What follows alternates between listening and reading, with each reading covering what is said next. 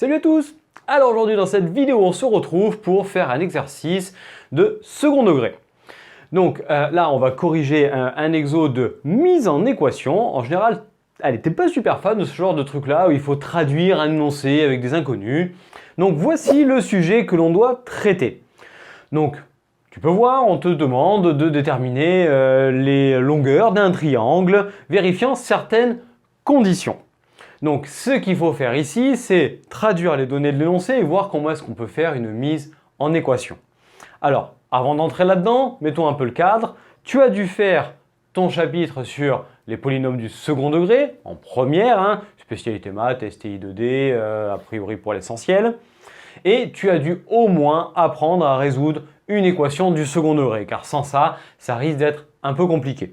Après, pas besoin d'autre chose derrière, ça suffira. Donc, prenons les données de l'énoncé, faisons un petit dessin, ça va aider, et on va essayer de tout traduire. Donc là, on a fait le petit dessin avec le triangle, les longueurs des côtés que l'on a décidé d'appeler X, Y, Z, histoire d'être original.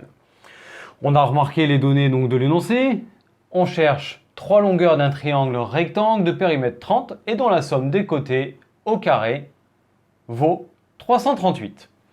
Bon, on voit qu'on cherche 3 longueurs, donc 3 inconnus. Qui dit 3 inconnus dit nécessairement la donnée de 3 équations. Sinon, on va avoir du mal, on ne va pas arriver en fait à résoudre. Donc en fait ici, il nous faut arriver à déterminer dans les données de l'énoncé 3 équations. Essayons de voir comment traduire les données de l'énoncé, et donc il nous faut 3 données, en équations. On a ici une première donnée. Hop, un triangle rectangle. Ça, c'est une donnée quand même, puisque par exemple, on va pouvoir faire le théorème de Pythagore. Ensuite, on nous dit que le périmètre vaut 30, c'est-à-dire qu'on sait que la somme x plus y plus z va valoir 30. Et on nous dit que la somme des carrés des côtés vaut 338. Bon, bah en fait, ici, on a nos 3 données. Rectangle, périmètre et la somme des carrés des côtés. Avec ici les longueurs que l'on a marquées. Tu aurais pu mettre ce que tu voulais, ABC, le X ici, le Y là, enfin, ça on s'en fout, ça ne change rien. Donc maintenant, on va traduire ces données dans un système et on va essayer de voir comment est-ce qu'on peut essayer de s'en sortir avec. Donc voilà le système que l'on obtient après avoir détaillé en mode rédaction les données de l'énoncé. Fais toujours ça sur tes copies, c'est important. Donc le triangle rectangle, d'après le théorème de Pythagore, hop, le périmètre vaut 30, donc on traduit, et la somme des carrés des côtés vaut tant, donc on traduit. On met tout ça dans un système, et maintenant, essayons de voir comment est-ce qu'on peut essayer de procéder. Dans ce genre d'exercice où tu n'es pas guidé, où tu as juste une phrase et c'est à toi de tout faire, important de marquer que tu poses ça, ça et ça, les longueurs ou je sais pas moi, les vitesses, l'argent de... Enfin, important de venir marquer ce que tu poses comme variable. Ensuite, de reprendre les phrases de l'énoncé puis de les traduire. Ensuite, ici on fait la mise en équation générale. On avait 3 inconnus à déterminer, donc il nous fallait 3 équations. Alors maintenant, on va essayer de pas rester dans le système tout le temps et de s'alléger un petit peu les calculs. Maintenant, comment procéder? Eh bien en fait, on a une ligne qui est assez pratique, qui est la fameuse première ligne du théorème de Pythagore qui me dit que x carré plus y carré c'est z au carré. Ce qui fait qu'en fait, je vais pouvoir remplacer, si ça y est, si je le retrouve quelque part, x carré plus y carré par z carré. Donc passer de 2 variables à une seule, ce qui est pratique. Et tu peux voir que dans la 3e ligne, je l'ai ce x carré plus y carré. Donc en fait, je vais pouvoir remplacer ça par ça. Donc on va le faire apparaître et tu vas voir, ça va vraiment simplifier les choses. Donc petite phrase de rédaction pour dire ce qu'on fait, qu'on dit que dans L3, on remplace le x carré plus y carré par z carré, car dans la ligne 1, x carré plus y carré égale z carré. Ce qui donne ici donc z carré plus z carré égale 338, donc 2z carré égale 368. On divise par 2 des deux côtés, 338 divisé par 2, ça fait 169. Si tu connais bien tes carrés, ce que je te conseille, jusqu'à 20, eh bien tu peux voir que 169 c'est un carré parfait. Donc c'est pratique en fait pour arriver à déterminer une valeur qui ne va pas nous faire apparaître des racines carrées dans tout le reste de l'exo. Là, on sait que ce qui donne au carré 169 c'est 13. Donc il se trouve que z est égal à plus ou moins 13. Mais moins, bah, c'est pas possible puisque c'est une longueur. Donc, z est forcément égal à 13. C'est ce qu'on va marquer ici, on va pouvoir les remplacer dans les autres et ça va vraiment maintenant alléger le calcul. Donc après avoir marqué ici ce que l'on vient de dire, c'est-à-dire que z est une longueur donc positive, donc on a z qui a racine de 69, c'est-à-dire 13, on reprend le système qu'on avait ici en remplaçant nos z par 13. Donc la première ligne devient x carré plus y carré égale z au carré, donc 169. La deuxième ligne, x plus y plus z égale 30, je remplace le z par 13 et on voit qu'ici, on a une petite substitution qui va arriver.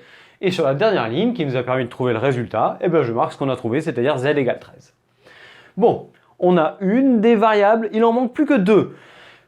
Bon, bah, s'il nous en manque deux, ici, en fait, je vois, j'ai déjà mon système de deux équations à deux inconnus ici, parce que la troisième est déterminée. Et tu peux voir que grâce à cette deuxième ligne, on va pouvoir exprimer soit x en fonction de y, soit y en fonction de x. Peu importe.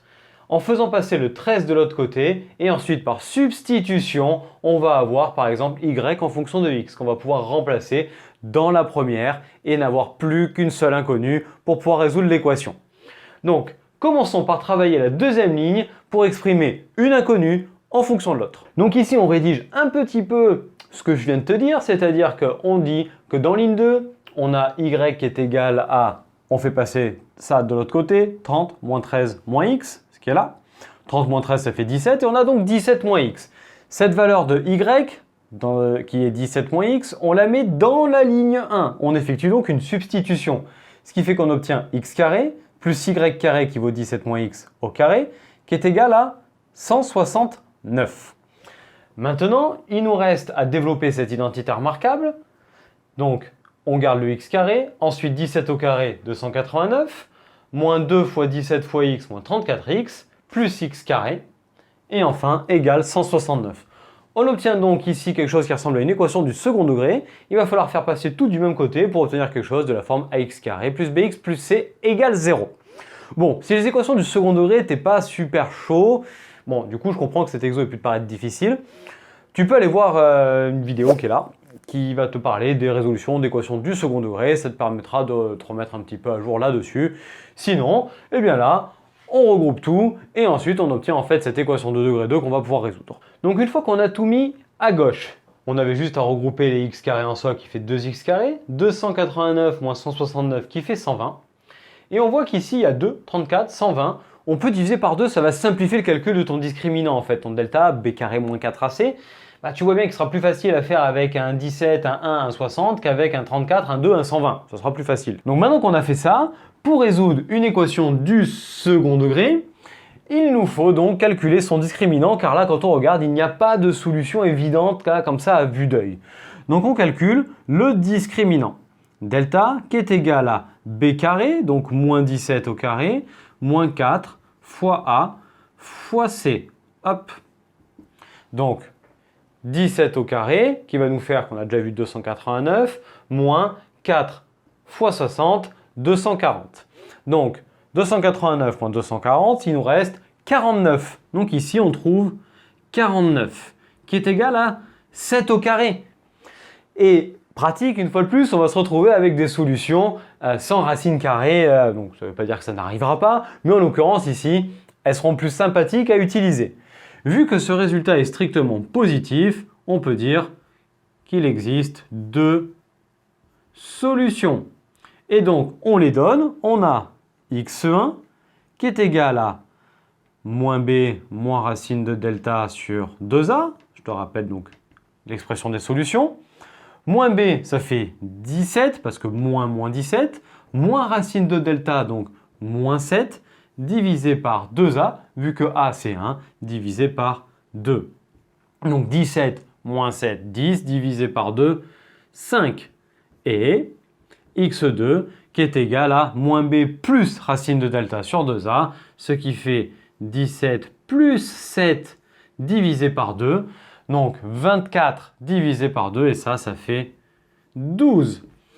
On a donc deux valeurs possibles pour x.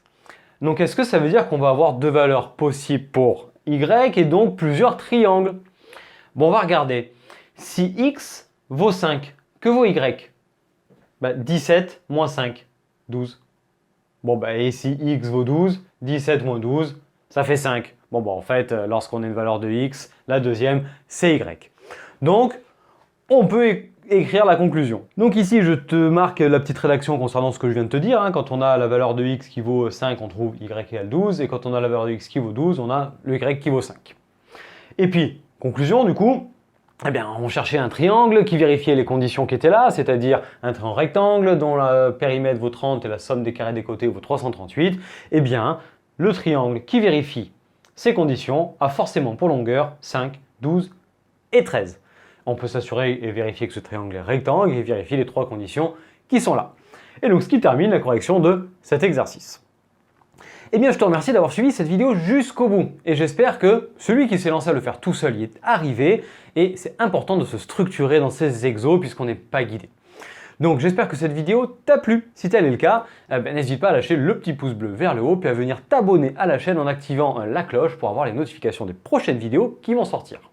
Puis tu peux également la commenter, nous dire ce que tu en as pensé, la partager auprès de tes amis, ce qui nous aidera à remonter et à développer la chaîne. Donc merci d'avance.